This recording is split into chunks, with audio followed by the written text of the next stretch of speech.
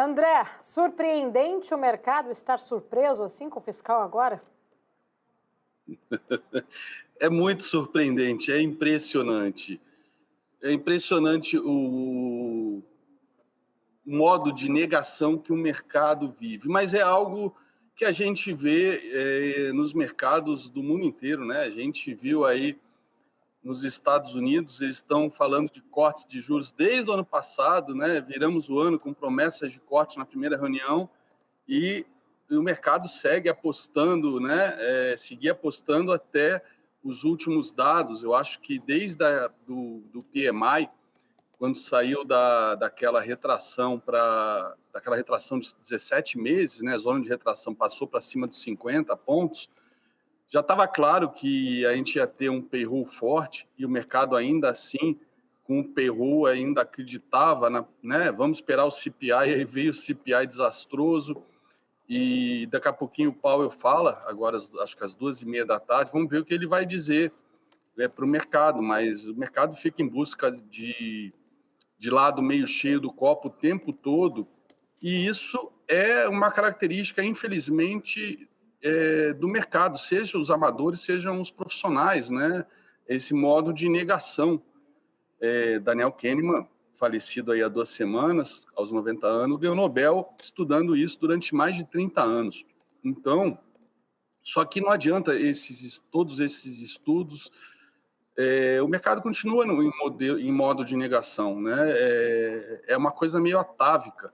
É que quando se fala de mercado profissional, eu fico surpreso com isso.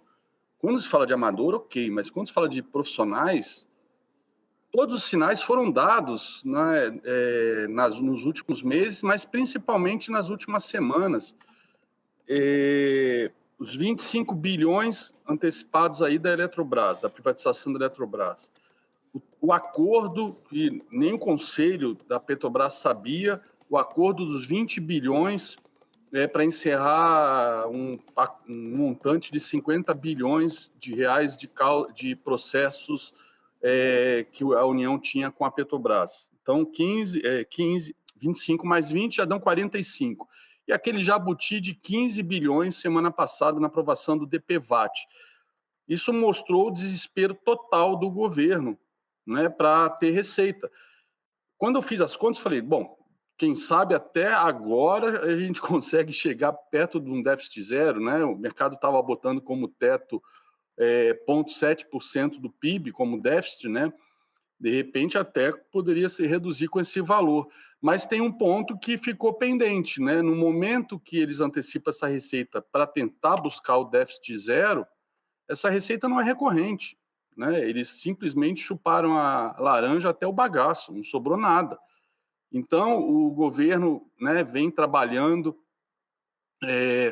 para ajustar o fiscal só do lado das receitas, se recusa a rever despesas, pelo contrário, já está anunciando antecipadamente, nesse desespero por popularidade, aumento do salário mínimo acima da inflação para o ano que vem, né?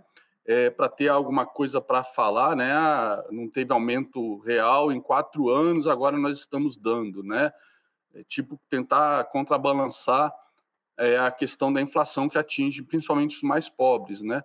Só que não vai adiantar. A gente sabe que esse aumento de 6%, 6 e pouco do salário mínimo para o ano que vem, está muito abaixo da inflação real de alimentos, que é o que detona aí Uhum. a conta corrente das famílias mais humildes. Então, antecipando todas essas receitas, o mercado já vinha, antes disso, prevendo aí um déficit de PIB de menos meio para o ano que vem, enquanto o governo falava de 0,5%, ou seja, uma diferença de 1%, né, entre a previsão do mercado e o governo para 2025. Agora já jogou déficit zero para 2025, já sabe que 2024 está perdido, jogou para 2025 déficit zero, e para 2026 vai tentar buscar, acho que 0,5% de déficit e 2025, 0,5% de superávit, não, 0% em 2025 e 0,5% ou 1% em 2026, né? Ou talvez não ter nenhum ano de déficit. Acho que o desespero aí para tentar recuperar as contas a popularidade, perdão, está ferrando com nossas contas públicas e a tendência, a gente vinha falando disso há bastante tempo, a tendência é só piorar. O Lula é movido a índice de popularidade, né? E a popularidade dele já acabou. Já acabou esse terceiro mandato que acreditava-se que... Quer dizer, eu nunca acreditei nisso. O amigo dele do peito, né? Qual era o nome? O Frei Beto, não? Frei Beto, não sei, um desses amigos da época de sindicato, dos anos 70, 80, fundador de PT, ele comentou na eleição do Lula que o Lula vinha agora, tinha falado com ele depois, no dia 1º de novembro, que vinha fazer uma revolução, aquela que ele não fez no primeiro e segundo mandato. Isso me marcou muito, essa confissão que ele fez numa entrevista, né, para a televisão. Então, a gente está vendo aí, não tem commodities, não tem a China explodindo de crescer, muito pelo contrário, temos uma caixa preta lá, que apesar desses números da China terem vindo acima do esperado pelo mercado, né, mas no final a gente sabe que a China tem um problemaço aí para manter o PIB crescendo, população se reduzindo, a Índia passou a população da China. O cenário para o Brasil é simplesmente uma tempestade perfeita. Perdemos aí 20 anos, né? O Fernando Henrique Cardoso deixou a bola redondinha, principalmente Fernando Henrique Cardoso, não, vamos falar, dar o nome aos bois. Pedro Malan deixou a bola redondinha aí para o Palocci, e aí tivemos aí Mensalão, Petrolão, tendo que abrir as pernas para Centrão, para governo, para se manter no poder, enfim. Eu olho em retrospectiva esses meus 22 anos de mercado, né? Eu entrei no mercado exatamente quando o Lula lançou a Carta ao Povo Brasileiro para tentar tirar o medo da Faria Lima sobre o que seria um governo Lula, né? O dólar na época batendo aí o que seria hoje equivalente a uns R$10, R$12. Isso varia aí de analista para analista, esse dólar ajustado. Então, o dólar recuou, a Bolsa demos a sorte aí de surfar o maior bull market, né, pós a bolha estourada da internet em 2000. Então, a gente subiu junto com os Estados Unidos, aproveitamos o boom das commodities, né, a China tinha entrado na OMC, ou seja, eu não sei, o Lula talvez realmente acreditasse que podia repetir isso. E, no final, ele está sendo igual a Dilma, e com grande chance de, nos próximos 2 anos e meio, piorar, ser muito pior que a Dilma, né? A hora que o Roberto Campos passar o bastão para o próximo presidente do Banco Central, nesse cenário de talvez não poder fazer os cortes de juros que eram esperados, o fiscal, toda a ancoragem, né, que ele vinha trabalhando, de repente ser perdida, né, ancoragem de expectativas do lado da política monetária. Ele falou ontem, né, ele não vai adaptar com política fiscal, mas a política fiscal, ele falou, a política fiscal vai impactar a política monetária, são gêmeos siameses, não tem jeito.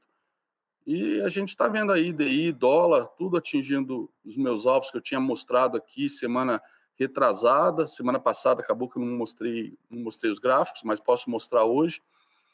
Não tem surpresa nenhuma. Não tem surpresa nenhuma. O que é surpreendente é os profissionais do mercado falarem que estão surpresos. É aquilo que eu já falei algumas vezes.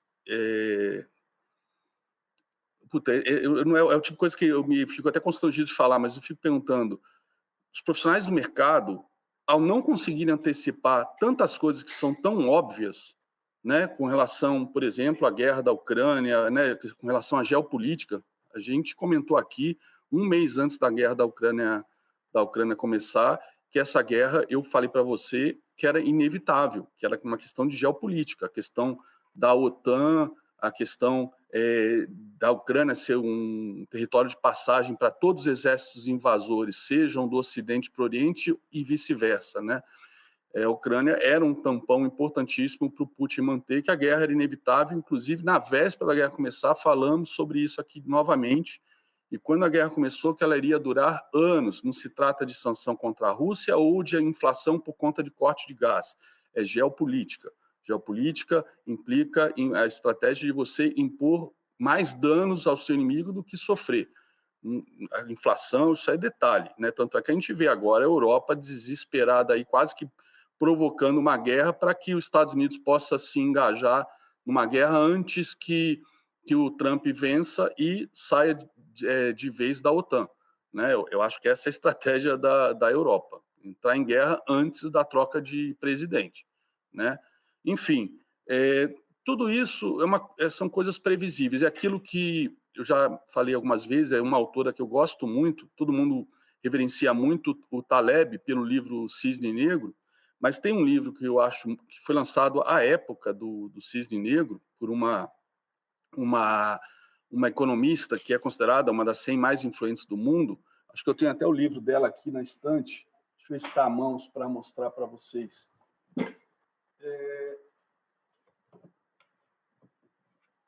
Está aqui, ó. Michele Ucker. Rinoceronte Cheio de Cinza. livro na estante, até difícil achar. Olha só, interessantíssimo. Às vezes eu levo horas para achar um livro. Ainda mais agora que está tudo zoneado depois que me mudei. Tem que então, esse livro tudo, aqui, né? Eu me perderia fácil. Sim, eu estou contratando uma bibliotecária para fazer isso. E tem que organizar por sessão para não me perder, né? Porque eu fui tirando das caixas e colocando na estante. Esse livro, ela participa de fórum de Davos e é interessantíssimo porque, como diz aqui o subtítulo, como reconhecer e agir diante dos perigos óbvios que ignoramos, né? Então, tudo isso que está acontecendo são rinocerontes cinzas. Por que tem essa analogia do rinoceronte cinza? Porque o rinoceronte ele é míope, quase cego, né? E o caçador ou o explorador está na África, sabe disso, né? Então, vê o bicho lá a 500 metros, 1 quilômetro de distância e fala, ele não está me vendo. Ele não está me vendo. Só que, porra, ele tem olfato, né? De repente, o bicho vem correndo a 80 km por hora e o cara não consegue fugir. E o rinoceronte passa por cima. Então, o cisne negro é algo que ninguém imaginava. O rinoceronte cinza está ali e todo mundo ignora. Ela até faz um tratado político, né, onde ela fala, olha, é inevitável, os políticos talvez não tenham opções, né, a não ser ignorar e tentar reagir na última hora ou torcer para que o rinoceronte não sinta o cheiro, né, o cheiro da gente. Então, ela fala que realmente tomar algumas decisões políticas antes da coisa acontecer é muito difícil. Mas tá aí, os rinocerontes cinzas estão aí, a gente vem falando. Por isso que eu falo, o mercado ignorar isso, ignorar a questão da guerra da Ucrânia como ignorou, né? Falar que quando começaram as sanções, que quando começou a guerra, que ia durar uma semana, que a guerra o Zelensky o governo ia cair. Cara, os ucranianos odeiam os russos, né? É só lembrar de Holodomor e de 5 milhões de mortos, né, de fazendeiros da população camponesa ucraniana que não aceitou a coletivização das fazendas nos anos 30 pelo Stalin para Stalin poder industrializar a União Soviética. Então, eu já sabia, porra, o ucraniano odeia russo. O cara invade a sua casa, invade o seu país, já tinha invadido a Crimeia, isso não vai ficar barato, ninguém vai arregar, né? Depois as sanções, não, a Rússia vai regar porque agora está tudo fechado, está fora do SWIFT, não vai poder exportar petróleo, etc. Enfim, tá aí os efeitos disso tudo, inflação, e agora temos aí a questão também Israel com o Irã, e isso para o Brasil é uma tempestade perfeita, um governo gastão, popularidade lá embaixo, cada vídeo que a gente vê de eventos do Lula tem meia dúzia de gatos pingados, isso deve dar um desespero nele tremendo. Tem esse alinhamento aí do governo com o STF, atropelando o legislativo. A gente tem 2 anos e meio pela frente que, putz, a chance de ser como segundo mandato da Dilma é grande. É grande. E o mercado está surpreso com isso, é surpreendente.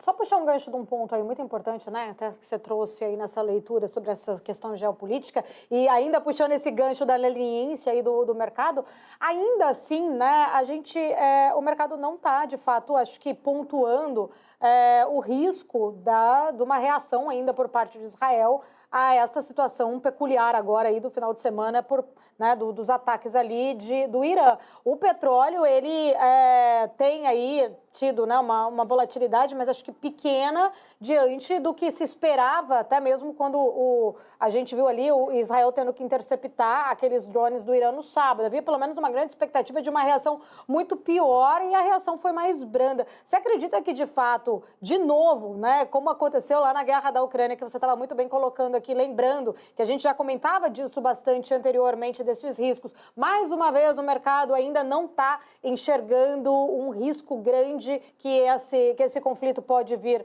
a desencadear? Olha, eu não sei que tipo de reação, de tréplica Israel pode fazer agora, porque Israel ganhou um fôlego aí depois da invasão aí da faixa de Gaza, de alguns erros aí, inclusive operacionais, táticos, que levaram à morte de muitos palestinos, né? Aquele evento do comboio de alimentos, ficou muito claro isso, mas desde o início está óbvio, e nesse caso eu concordo 100%, que Israel tem que eliminar o Hamas, ponto, tem que eliminar o Hamas.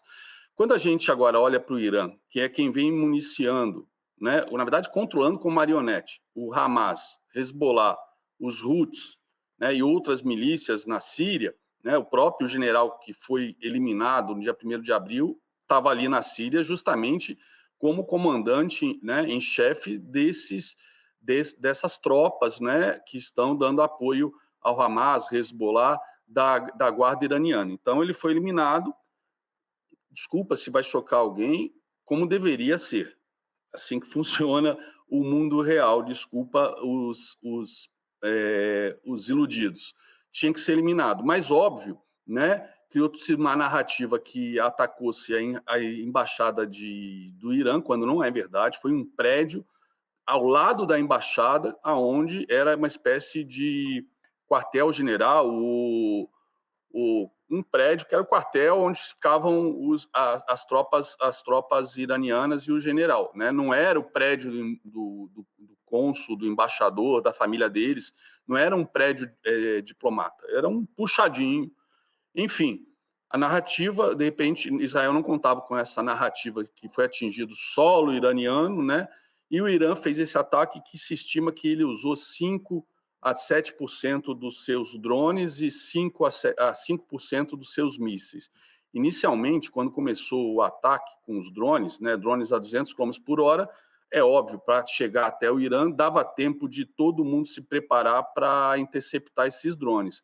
A questão era, será que o Irã está tentando sobrecarregar os sistemas de defesa do Irã, o Iron Dome, sobrecarregar os sistemas navais, né, dos Estados Unidos, antiaéreos também do Reino Unido, para, em sincronia, né, os mísseis balísticos chegarem, provocarem um grande estrago, né, uma grande mortandade de israelenses, destruição de cidades, enfim, de bairros. E não foi isso que a gente viu. A gente viu, né, parece que só morreu uma pessoa, uma menina israelense, graças a Deus. Foi uma coisa muito pontual até para atender a população iraniana que pedia uma revanche, pedia uma ação do governo. O governo tinha que agir. Então, até a pergunta, o ataque iraniano foi um fracasso ou um sucesso? Depende do ponto de vista. Dentro do ponto de vista interno, foi um sucesso, porque atendeu a expectativa de todo mundo. E durante o próprio ataque, eles avisaram, estamos usando a cláusula 51 da ONU e do nosso lado acabou, está encerrado o assunto, né? Tipo, replicamos, né? Do ponto de vista militar, aí tem que olhar pelo lado tático ou lado estratégico. O lado tático talvez tenha sido um sucesso. Ele mostrou as suas garras, mostrou que tem potencial ofensivo de atingir Israel, né, a grande distância, com mísseis balísticos de cruzeiro e com drones. Show. Mas, por outro lado, em termos estratégicos, mostrou que ele também, né, ele não tem coragem de ir para cima de Israel com toda a força, porque os Estados Unidos vai se engajar. E apesar de alguns nacionalistas, né, que eu acho que ignoram totalmente a história, ficam só em narrativas, né, os Estados Unidos é uma potência industrial, bélica, incomparável na história da humanidade. Isso continua existindo, é o maior orçamento de defesa. E, enfim, se os Estados Unidos entra em guerra com Israel contra o Irã, esquece, acabou o Irã. Acabou o Irã. Então, Israel sabendo disso, qual é o ponto agora? Será que Israel, que sempre vem sendo ameaçado há décadas de extermínio pelo Irã, né, pelos ayatolás, o Ahmadinejad falava, vamos eliminar Israel. Então, a gente vê o Estatuto do Hamas, existe a vontade explícita, né, documentada desse país e de seus proxies de eliminar Israel. E a gente sabe que o Irã está desenvolvendo a bomba atômica, se já não estiver muito perto de já ter uma bomba atômica ou algumas bombas atômicas disponíveis. Então, Israel sabe que precisa, em algum momento, destruir, derrubar o Irã, junto com os Estados Unidos. Israel não consegue fazer isso sozinho, mas junto com os Estados Unidos, derrubar esse governo do Irã. Será que agora o Irã deu essa deixa para que Israel e Estados Unidos derrubem o governo do Irã? Porque se não for derrubado o governo do Irã, né, eu sei que tem um monte de ressalvas e narrativas por conta da invasão do Iraque, do Afeganistão, etc., mas se não derrubar o governo do Irã, a gente vai ter uma outra Coreia do Norte ali no Oriente Médio, um país com armas nucleares, e aí sim, qualquer ação militar implica em você ter milhões de mortos do seu lado. Então, Estados Unidos e Israel vão aproveitar essa deixa para provocar um conflito com o Irã e tirar o Irã, os ayatolás do poder, e talvez até invadir por terra e acabar com o programa nuclear do Irã? Ou será que vão, já que não morreu ninguém, etc., vão fazer uma coisa pontual ou atacar os seus proxies? Esse é o grande ponto que mesmo eu, que venho estudando isso há muitos anos, não consigo responder, não sei. Eu sei que, por exemplo, em termos de geopolítica, como falei da Ucrânia 2 anos atrás, Estados Unidos e Israel não podem deixar o Irã ter uma arma nuclear. Isso é fato, não pode.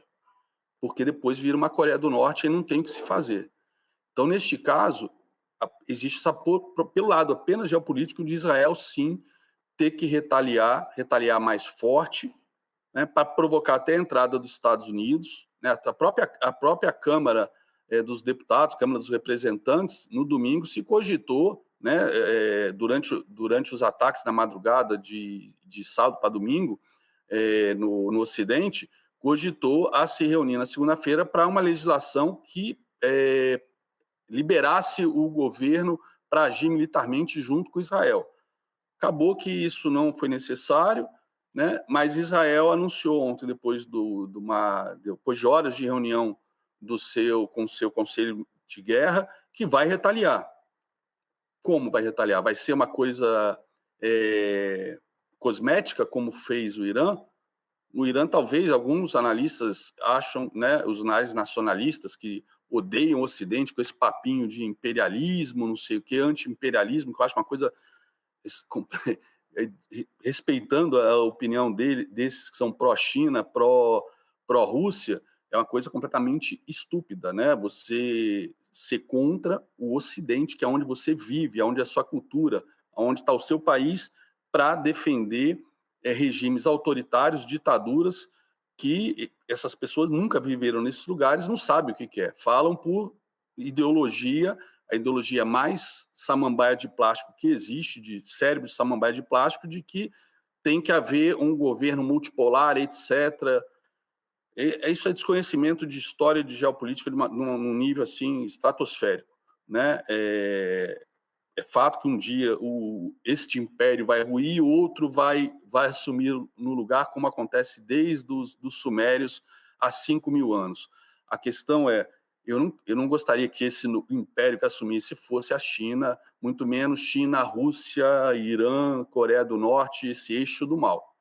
Eu prefiro ainda, com todos os erros que o Ocidente comete, a Europa comete, Inglaterra, França, Estados Unidos, eu acho que a gente vive muito bem nesse modelo, nesse status quo que existe hoje em dia. Então, os Estados Unidos e Israel têm a chance, têm o pretexto, né, de fazer um ataque para eliminar mais um rival nuclear ali no Oriente Médio, né? O Irã, né, como eu falei, os analistas nova ordem mundial falam que foi um sucesso, que o Irã mostrou a força dele, que poderia, né, se com 5% daqueles mísseis sobrecarregou ou fez Israel gastar bilhões, né, para poder interceptar esses mísseis e drones. Imagina se fizesse um ataque em larga escala, né? E eles ainda têm muito.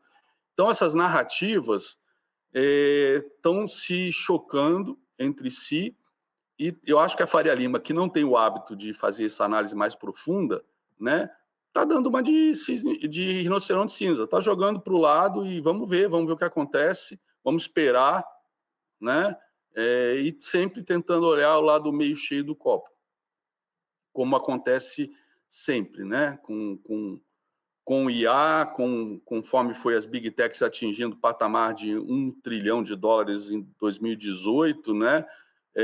Como a bolha da internet em 2000, subprime. Por exemplo, a China, a questão imobiliária, 25% a 30% do PIB da China veio dos imóveis, né? Veio da bolha imobiliária criada pela China, né? Pelas incorporadoras com shadow banks. Segunda-feira saiu, na verdade domingo, né? Saiu no Nikkei Ásia, que Camboja, o balneário Camboriú dos cambojanos, eu não sei como é que é o nome daquela praia em cambojano, mas seria o equivalente ao balneário dos chineses no Camboja, está com 350 obras inacabadas e 150 prédios acabados, mas completamente vazios. Ou seja, até ali, até no Camboja, chegou a bolha imobiliária chinesa, né? Os investimentos da China na Rota da Seda, né, a quantidade de países aí que quebraram por assumirem dívidas, e aí agora a China vai tomando portos, tomando ferrovias que foram construídas e não estão sendo pagas, né? Isso mostra que o debacle chinês, para mim, é uma coisa líquida e certa. Não importa, não tem professor da China que venha me convencer do contrário com o discurso de Partido Comunista Chinês, dizendo que está tudo indo bem, que a gente tem que entender como é que é a democracia chinesa, como é que funciona o capitalismo chinês. Isso é papo furado de propaganda de PCC, né? PCC, no caso, Partido Comunista Chinês, não é o Comando Vermelho aqui de São Paulo, não. PCC é discurso ideológico, né? E a Faria Lima não pode ser refém de discurso ideológico, nem externo, nem interno. Tem que olhar com frieza, né? Olhar os gráficos, análise técnica, mostrar para onde o preço está indo, o que está acontecendo, né? Saber quando os gráficos estão esticados, saber quando o valuation está sendo simplesmente jogado fora, como a gente viu em 2021, né? Todo mundo comprando umas small caps das mais lazarentas possíveis, né? Aquela farra do IPO, como foi em 2007, mas talvez muita gente não estivesse no mercado em 2007, eu estava, 2006, 2007, a farra do IPO, e tivemos um igual em 2021, né? Final de 2020, 2021, e, né, os juros subindo, o pessoal esquece de fazer fluxo de caixa descontado, o papel cai 30%, acho que já caiu muito, depois cai mais 30%, cai 80%, né, e falam de, tá assimétrico, já caiu 80%, está muito amassado, não, vai ser o ano do varejo, agora vai bombar. Falei, como o ano do varejo? Juros subindo, Serasa batendo recorde na adimplência, aí vem um balanço do Bradesco, classe C e D, aquele desastre que foi, né, e não vê o sinal de que o varejo, não tem como varejo ter o ano do varejo, se o Bradesco está tendo o pior resultado trimestral, banco de classe C e D, né, apostando em Bolsa Família de R$600 para impulsionar o varejo. Não, eles iam pagar dívida para tentar voltar a ter um nome limpo, para aí sim, quem sabe, ter um crediário para poder comprar comida no supermercado e jogar para o mês seguinte a conta, né? Ou seja, os sinais estão aí, os rinocerontes estão soltos, né? E o mercado sendo atropelado a cada hora atrás de um. E então o mercado, 80% de queda em algumas small caps e em varejo, Cara, não é porque caiu 80% que vai subir 200%, pode cair mais 50%. Né? Basta, né, um papel cair 80%, cair 50%, no total está caindo 90%. Não é? Caiu 80%, mas pode cair mais 50%. Caiu 90%, pode cair mais 50%. Vai estar com 95% de queda. Isso é matemática. Quem não faz conta, paga para quem faz conta. Perde dinheiro para quem faz conta. E isso tudo tem a ver com fluxo de caixa descontado, juros subindo, você tem que descontar o valor do dinheiro daqui a 5 anos de empresas do lucro futuro, mas de empresas que nem lucro dão, acabaram de fazer a IPO, estão só queimando caixa. É tão bizarro eu ver isso todos os dias, eu acompanho vocês todos os dias, eu vejo muitos analistas falando, pô, esse é o ano do varejo, eu ouço isso há 3 anos seguidos. Cadê o ano do varejo? Né? Cadê o ano do varejo? Não, os juros vai a 8%. Eu duvido que agora, com essa implosão do fiscal, ele caia para um dígito. Eu duvido. E cobra daqui a alguns meses. Principalmente quando sair... Bom, ele pode ir quando entrar um novo presidente do Banco Central, né? Pode ser, eles darem... Foi o que eu falei, pode ficar pior que o governo Dilma. Pode ser uma Dilmada à la Tombini. Novo presidente. Pode ser até o próprio Tombini que volte. Por que não, né? Por que não?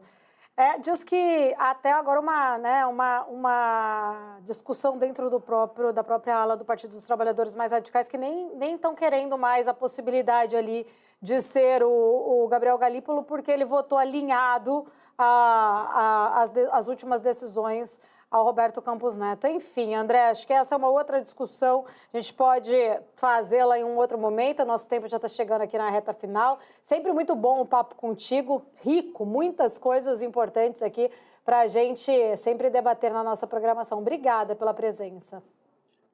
Obrigado mais uma vez pelo convite, e como já fiz tantas outras vezes, peço desculpas aí para a audiência, porque talvez eu fale coisas que a galera não está disposta a ouvir ou preparada para ouvir, mas se ninguém fala, alguém tem que fazê-lo, né? Eu chamo de ser o canário na mina de carvão, né?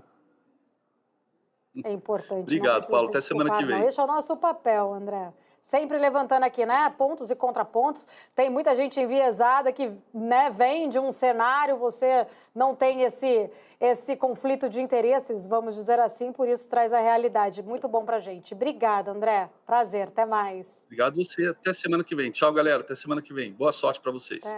Tchau, tchau. Até mais. Grande André.